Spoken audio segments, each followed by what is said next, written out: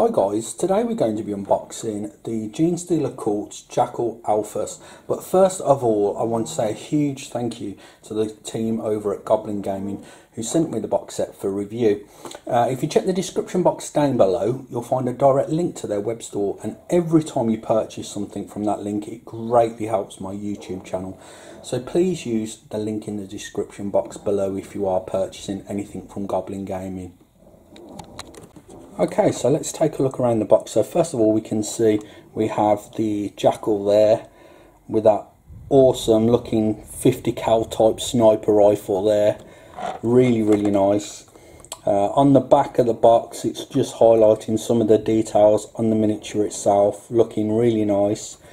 At the bottom of the box, we've just got a painting guide, what colours to use to get the same look of the miniature there, which I love that GW do that. Now we'll just unbox it. So first of all, we'll have a look at the instruction manual, shall we? So the instruction manual, just move this for a moment, we can see it's 3D rendered and it's just so well put together, these new manuals. Sorry for the paint on the thumb guys, I've just stopped painting.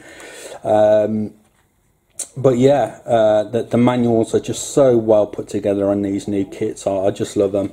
Then we've got the Jackal's stats and just different languages for the stats there. As regards to the sprue itself, just try and clip it out there. It's just one small sprue, and looking at the manual, it looks straightforward to put together, but we'll come back when it's all built and I'll say how easy or difficult it was, depending on how it goes. But yeah, it looks really good. The only one thing that I've noticed so far about this is there's only one head option. It would have been nice to have more than one head option, but you know, that's just a small gripe really. You also got a bike base, and that's it. So what we'll do is I'll get it all built and we'll come back once it's all built. Okay, so we're back, and as you can see, we've got the Jackal fully built, and it was so simple to put together, guys. These manuals, as I said a moment ago, are just, you know, child's play to work with, you know, really easy to put together. Now, I've not glued it to the base because I'm going to do some cool effects in the tutorial. If I can just zoom out, we're going to be using some AK wet ground diorama mud. We're going to be using some still water to get some really cool muddy base. We're going to put some mud on the bike in the tutorial, and we're really going to weather it up and make it look cool, hopefully, fingers crossed.